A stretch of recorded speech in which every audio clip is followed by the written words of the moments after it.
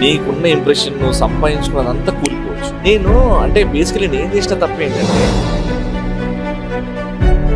భయమైంది. పెళ్ళి అని చెప్తే ఎక్కడ ఇదో ఛాన్స్ గుంటనప్పుడు అన్నప్పుడు అది నేనే అని మీరు ఫిక్స్ అయ్యారు.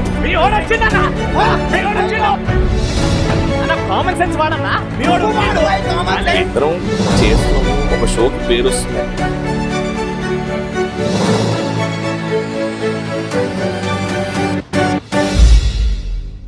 నమస్తే ఫ్రెండ్స్, వెల్కమ్ టు సిఆర్ ముచ్చట్లు. ఫ్రెండ్స్, యాంకర్ రవి గురించి ప్రత్యేకంగా పరిచయం చేయాల్సిన అవసరం లేదు. టీవీ యాంకర్ గా తన కెరియర్ ని మొదలుపెట్టి సినిమాల్లో హీరో అయ్యే స్థాయికి ఎదిగాడు. కానీ సినిమాల్లో సక్సెస్ కాకపోవడంతో మళ్ళీ బుల్లితెరలోకి ఎంట్రీ ఇచ్చి వరుస షోస్తో బిజీగా ఉంటున్నాడు. అయితే తాజాగా anchor Ravi Bigg Boss show గురించి చేసిన వ్యాఖ్యలు ఇప్పుడు అన్ని చోట్ల హల్చల్ అవుతున్నాయి. ఇప్పటి వరకు బిగ్ బాస్ షోకి వెళ్లిన ఏ కంటెస్టెంట్ ని అడిగినా అది స్క్రిప్ట్ కాదు, రియాలిటీ షో అంటుంటారు. ఇంకొంతమంది సోప్ గాళ్ళు అయితే బిగ్ బాస్ షో అంటే అంతా రియాలిటీ, అక్కడ రియల్ గానే ఉంటాయి, అస్సలు నటించలేమని కహానీలు చెబుతుంటారు. అలా చెప్పేవారిని చెప్పు తీసుకొని కొట్టాలంటూ బిగ్ బాస్ షో అసలు భాగోతాన్ని రవి బయటపెట్టాడు. ఇక అలా బిగ్ బాస్ సీజన్ 5 కి కంటెస్టెంట్ గా వెళ్లిన రవికి విన్నర్ కి కావాల్సిన క్వాలిటీస్ ఉన్నా కూడా ఆ షోలో అతని ఇమేజ్ మొత్తం డ్యామేజ్ చేసి అతని క్యారెక్టర్ పై గట్టిగా దెబ్బ కొట్టి జనం మధ్యలో నెగిటివిటీ తీసుకొచ్చి షో మధ్యలోనే బయటికి వచ్చేలా బిగ్ బాస్ టీం చేశారని రవి వాపోయాడు. అసలు రవి బిగ్ బాస్ షోకి వెళ్లడానికి గల కారణాలేంటి? రవికి నిజంగానే చేతబడి చేసి తన కెరియర్ ని తొక్కేశారా? శ్రీముఖికి రవికి ఉన్న గొడవలేంటి? రవి తనకి పెళ్ళై బిడ్డ పుట్టినా ఎందుకు బయట చెప్పలేదు అనే నమ్మలేని నిజాల్ని ఈ వీడియోలో చెప్పడానికి నేను ప్రయత్నిస్తాను. మీరు మాత్రం ఈ వీడియోని పూర్తిగా చూడండి. సొంత బిజినెస్ అనేది ప్రతి ఒక్కరి కల. ఆ కళని నెరవేర్చడానికి బేబర్ టీ వారు బేబర్ కెఫే ఫ్రాంచైజీని కేవలం 99,999 రూపాయలకే అందజేస్తున్నారు. దీనిలో ప్రత్యేకమేంటంటే తందూరి చాయ్. సౌత్ ఇండియాలోనే ఫస్ట్ తందూరి చాయ్ ఫ్రాంచైజీగా వచ్చిన ఈ బేబర్ కేఫ్ 99,999 రూపాయలకే container, kitchen setup, tandoori setup, tea powder మరియు మట్కా టీ కప్పులు లాంటివి ఎన్నో అందిస్తున్నారు. సింపుల్ గా చెప్పాలంటే రూపాయి తక్కువ ₹1,00,000 నేరుగా మీ కేఫ్ ఓపెనింగ్ కి వెళ్ళొచ్చు. ఇంకెందుకు ఆలస్యం? మరిన్ని డీటెయిల్స్ కోసం స్క్రీన్ మీద కనిపించే నెంబర్ ని కాంటాక్ట్ అవ్వండి. Ravi Kiran Rakle alias anchor Ravi. ఇతను 1983 సెప్టెంబర్ 19న తెలంగాణలోని హైదరాబాద్లో ఒక మధ్యతరగతి మరాఠీ ఫ్యామిలీలో జన్మించాడు. తండ్రి మథుర్నాథ్ రాక్లే, తల్లి ఉమారాణి. ఇతనికి సువస్తల అనే చెల్లెలు కూడా ఉంది. ఇక రవి తండ్రి మహారాష్ట్రకి చెందిన వారై ఉండి కొన్నాళ్ళు ఆర్మీలో పనిచేసి రిటైర్డ్ అయ్యాక ఒక ఫార్మా కంపెనీలో జాబ్లోకి జాయిన్ అయ్యారు. అలా పని నిమిత్తం పెళ్ళయ్యాక హైదరాబాద్కి వచ్చి సెటిల్ అయ్యారు. ఇక అలా వీరి అన్యోన్య సంసారానికి గుర్తుగా రవి, సువస్తల అనే 2 పిల్లలు కూడా జన్మించారు. ఇదిలా ఉంటే రవి తన స్కూలింగ్ ని హైదరాబాద్ లోని సెయింట్ జోసెఫ్ హై స్కూల్లో చదివాడు. చదువుల్లో అంతంత మాత్రమే ఉన్న రవి 5వ తరగతి చదువుతున్నప్పటి నుండి డాన్స్ క్లాసెస్ కి వెళుతూ అనేక కాంపిటీషన్ లో పాల్గొని ప్రైజెస్ ని గెలవడంతో పెద్దయ్యాక సినిమాల్లో హీరో అవ్వాలనుకునేవాడు. అలా ఇంటర్ పూర్తవగానే జేబీఐటీ ఇంజనీరింగ్ కాలేజీలో బీటెక్ లో జాయిన్ అవ్వగా డాన్స్ ధ్యాసలో పడి చదువుల్ని పట్టించుకోకపోవడంతో తనకి 21 బ్యాక్లాగ్స్ పడ్డాయి. ఈ క్రమంలోనే రవి చదివే కాలేజీలో నిత్య సక్సేనా అనే అమ్మాయి చదవగా చూడ్డానికి తను అందంగా ఉండడంతో చాలా మంది అబ్బాయిలు ఆ అమ్మాయి వెంట పడేవారు. ఇక అలా రవి క్లోజ్ ఫ్రెండ్ కూడా నిత్యాన్ని ప్రేమించగా తన మనసులో ఉన్న మాటని ఆమెకి చెప్పడానికి భయపడి ఆ పనిని రవికి అప్పగించాడు.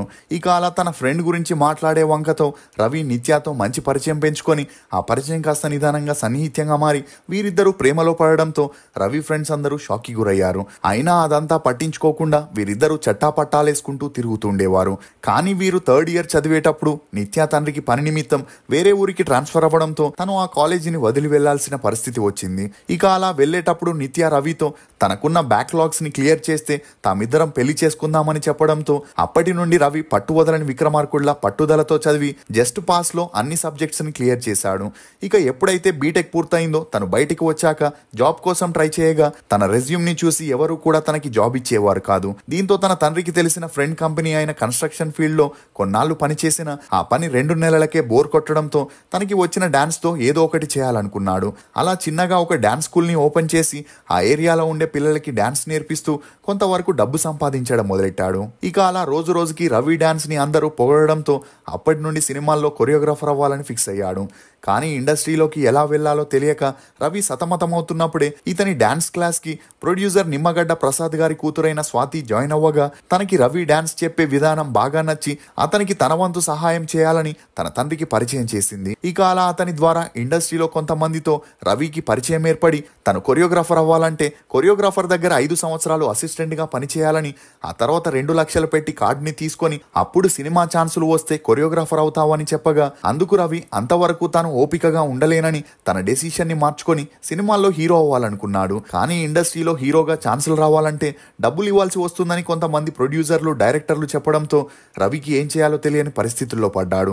ఇక అలా 6 నెలలు ట్రై చేసిన చిన్న పాత్ర కూడా దొరకకపోవడంతో తనకి వేరే దారి లేక తండ్రిలాగే మిలిటరీలో చేరాలని ఎగ్జామ్స్ని రాయగా అందులో తను సెలెక్ట్ అయి ట్రైనింగ్ కోసం ఢిల్లీకి వెళ్లడం జరిగింది. కానీ రోజు రోజుకి వారిచ్చే ట్రైనింగ్ చాలా కష్టంగా ఉండడంతో మధ్యలోనే ఇంటికి వచ్చేశాడు. ఇక ఇదిలా ఉంటే నిమ్మగడ్డ ప్రసాద్ గారు రవితో మా మ్యూజిక్ లో యాంకర్స్ కోసం ఆడిషన్ జరుగుతుందని, ఇంట్రెస్ట్ ఉంటే పాల్గొనమని చెప్పగా రోగి కోరింది పెరగన్నమే, డాక్టర్ చెప్పింది పెరగన్నమే అన్నట్లు వచ్చిన ఈ అవకాశాన్ని ఎలాగైనా వినియోగించుకోవాలని రవి సంథింగ్ ప్రోగ్రామ్ ఆడిషన్ లో పాల్గొనగా అక్కడే తను లాస్యాని కలవడం జరిగింది.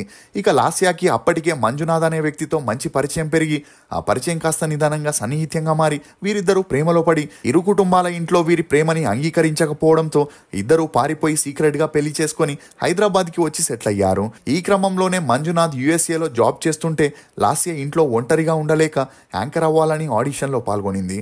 ఇక అలా ఎప్పుడైతే లాస్య ఆ షోకి సెలెక్ట్ అయిందో అప్పుడే రవికి లాస్యాకి మంచి పరిచయం ఏర్పడి ఆ పరిచయం కాస్త స్నేహంగా మారి తనకి పెళ్ళైన విషయాన్ని కూడా సీక్రెట్ గా మెయింటైన్ చేస్తూ వచ్చింది.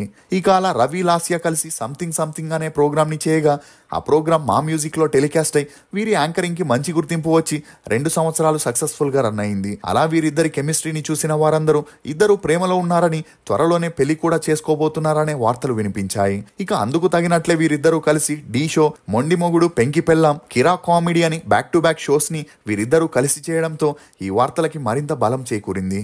ఇక ఇదిలా ఉంటే రవికి స్మాల్ స్క్రీన్ లో బాగా పాపులారిటీ రాగా నిత్య గారు తన ఇంట్లో ఒప్పించి రవిని పెళ్లి చేసుకోవాలనుకుంది.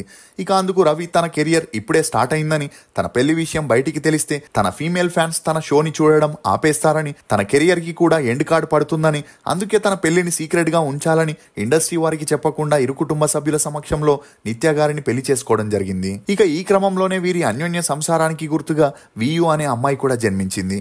ఇదిలా ఉంటే ఒక స్టేజ్ లో లాస్యకి పెళ్లైన విషయం రవికి తెలిసి హార్ట్ బ్రేక్ అవ్వగా రవి విషయం లాస్యాకి తెలిసి ఇద్దరి మధ్య మనస్పర్ధాలు వచ్చి అప్పటి నుండి వీరిద్దరూ కలిసి షోస్ చేయడం మానేశారు. అయినా అదంతా పట్టించుకొని రవి తనకున్న ఫేమ్ తో శ్రీముఖితో కలిసి పటాస్ షోని చేయగా వీరి కెమిస్ట్రీ వల్ల ఆ షోకి మంచి రెస్పాన్స్ వచ్చింది.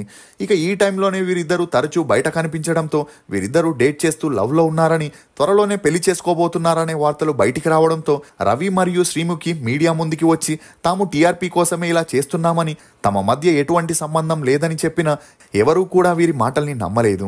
ఇక ఇదే విషయంపై రవికి అతని భార్యకి మనస్పర్ధాలు వచ్చి ఆ గొడవలు తారాస్థాయికి వెళ్లడంతో అప్పటి వరకు సీక్రెట్ గా ఉంచిన తన మ్యారేజ్ విషయాన్ని ఒక ఫోటోని సోషల్ మీడియాలో పోస్ట్ చేస్తూ తన భార్య కూతుర్ని పరిచయం చేయగా అందరూ షాక్ కి గురయ్యారు. ఇక ఇదిలా ఉంటే అప్పటికే ప్రదీప్ రవికి కాంపిటీటర్ గా రావడంతో రవికి యాంకర్ గా అవకాశాలు తగ్గుతూ వచ్చాయి. దీంతో తన లక్ ని సినిమాల్లో ట్రై చేయాలని ఇది మా ప్రేమ కథ అనే మూవీలో హీరోగా చేయగా ఆ మూవీ 2017లో రిలీజ్ అయి ఫ్లాప్ అయింది. అయినా కూడా పట్టువదలని విక్రమార్కుళ్ళ తన సత్తా చాటుకోవాలని తోటబావి అని మరో మూవీని చేసిన ఆ మూవీ రిలీజ్ అయ్యి అటు వచ్చి ఇటు వెళ్ళిపోయింది. ఇక ఉన్నట్టుండి అటు స్మాల్ స్క్రీన్ లో ఇటు సిల్వర్ స్క్రీన్ లో అవకాశాలు తగ్గడంతో తాజాగా ఓ ఇంటర్వ్యూలో పాల్గొన్న రవి మాట్లాడుతూ మా బ్యాచ్ లోని ఒక మహిళా యాంకర్ నాపై చేతబడి చేయించిందని, ఇటీవలే సోషల్ మీడియాలో ఫేమస్ అయిన పూజారి దగ్గరికి వెళ్ళి పూజలు చేపించి నా ఎదుగుదలని తట్టుకోలేక నా డౌన్ ఫాల్ కోరుకుందని, ఒక మనిషి ఎదుగుతుంటే జనాల్లో కొంతమంది ఓర్వలేరని, ఆ విషయం కొంతమంది ద్వారా తనకి తెలిసి ఆమెను దూరం పెట్టానని, వారికి ఏం ఆనందం వస్తుందో నాకు అర్థం కాలేదు గాని సాధారణంగా అలాంటి చేతబడుల్ని నేను నమ్మను గాని ఆ విషయం నాకు తెలిసినప్పటి నుండి నా కెరియర్ పూర్తిగా పడిపోవడం చూశానని, నిజానికి సమాజం చాలా విషపూరితంగా తయారవుతుందని చెప్పుకొచ్చాడు.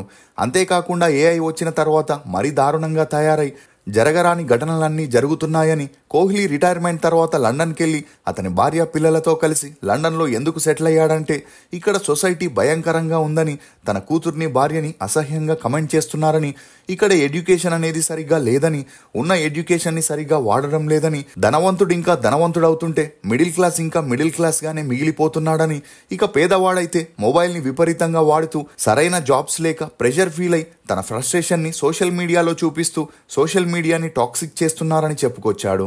అంతేకాకుండా తనకి విదేశాల్లో బెటర్ ఫ్యూచర్ ఉంటే మాత్రం తను కూడా అక్కడికే వెళ్ళిపోతానని చెప్పుకురావడంతో రవి వ్యాఖ్యలు ఇప్పుడు అన్ని చోట్ల హల్చలవుతున్నాయి. ఇక ఆ మధ్యలో తాను సంపాదించిన 50 లక్షల డబ్బుని తన క్లోజ్ ఫ్రెండ్కి ఇచ్చి మోసపోవడంతో రవి అతనిపై పోలీస్ కంప్లైంట్ కూడా ఫైల్ చేసినా ఎటువంటి ప్రయోజనం లేదని, దీంతో తాను ఆర్థిక సమస్యలతో సతమతమవుతున్నప్పుడే మళ్ళీ యాంకరింగ్ చేయడం మొదలెట్టాడని, అలా రవి అప్పటికే మా టీవీలో చేసుండడంతో ఆ ఛానల్ హెడ్స్ తో తనకి మంచి స్నేహం ఉండేదని, ఈ కారణంతోనే ప్రతి సీజన్ లో బిగ్ బాస్ స్టార్ట్ అయ్యే ముందు అందులో పాల్గొనమని రవికి ఆఫర్ వచ్చినా అందులోకి వెళ్లేందుకు వెనకడుగు వేస్తుండేవాడని, ఎందుకంటే జనాలకి తరచూ అందుబాటులో ఉంటూ ఒక రియాలిటీ షోలో మన గురించి పూర్తిగా తెలిసిపోతే మనల్ని లెక్క చేయరని, అందుకే పెద్ద పెద్ద హీరోలు తమ సినిమా రిలీజ్ అయినప్పుడు అలా వచ్చి ఇలా వెళ్ళిపోతుంటారని, ఆ తర్వాత మళ్ళీ వారు కనిపించరని, ఎక్కడుంటారో ఏం చేస్తారో ఎవరికీ తెలియదని, రెగ్యులర్గా కనిపిస్తే పలిచబడిపోతామని వారికి తెలుసు కాబట్టే అలా చేస్తుంటారని తాను కూడా మొదట్లో బిగ్ బాస్కి నో చెప్పానని చెప్పుకొచ్చాడు.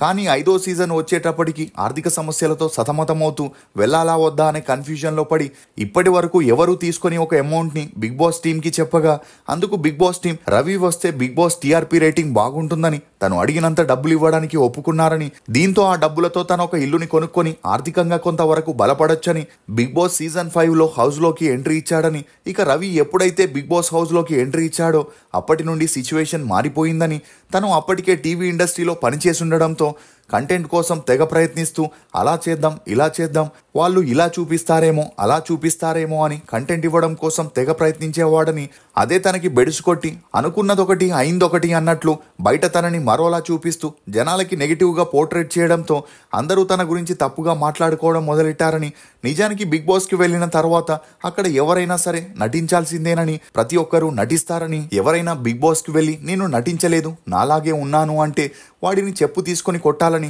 ఎందుకంటే అది నిజం కాదు. చుట్టూ కెమెరాలు, వాటికి ఒక డైరెక్టర్, 12 మంది స్క్రిప్ట్ రైటర్లు ఉంటూ అక్కడేం చేయాలి ఎలా బిహేవ్ చేయాలి అనే విషయాల్ని వారే రాసి అందిస్తుంటారని, అది చేయడం వల్లే తనకి నెగిటివ్ పేరు వచ్చి కెరియర్ కూడా నాశనమైందని, దీంతో మళ్ళీ జీరో నుండి కెరియర్ని స్టార్ట్ చేసే పరిస్థితి వచ్చిందని రవి ఒక ఇంటర్వ్యూలో వాపోయాడు. యాంకర్ రవి మాటలపై మీరేమనుకుంటున్నారో మీ అభిప్రాయాన్ని కమెంట్ సెక్షన్లో తప్పకుండా తెలియజేయండి. మేము చేసిన ఈ వీడియో మీకు నచ్చినట్లయితే ఒక లైక్ ద్వారా మీ సపోర్ట్ని మాకు తెలియజేయండి. For more interesting videos please subscribe to CR Muchatlu. Thank you.